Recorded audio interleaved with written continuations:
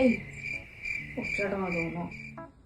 କୋଉଠୁ ଆଣିବି ମୁଁ ପଇସା? ଆରେ ଦେଖିଲ ଚୁଟି ଗୁଡା କେମିତି ହେଇଗଲାଣି ଟିକେ ଚଏସ୍। ଏଇନା ମାସ ଶେଷ ହେଲାଣି ଆଉ ପଇସା କୋଉଠୁ ଆଣିବି ଏଇନେ ମୁଁ? 1000 ଟଙ୍କାଟେ ଦବନି? ନାଇଁ ପଇସା ନାଇଁ କିଛି ଏଇନେ। ଯା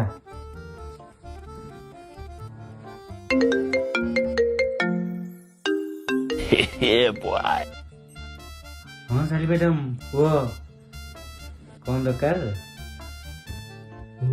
କଣ ପାର୍ଲର ଯିବ? ଏକା ଯିବ ନା ମୁଁ ନେଇଯିବି। ହଉ କେତେ ଟଙ୍କା ଦରକାର? 1500 ଟଙ୍କା? ହଉ ମୁଁ ଏବେ ପଠେଇ ଦେଉଛି ସାଙ୍ଗେ ସାଙ୍ଗେ। ହଉ ହଉ ଓକେ ଧନ।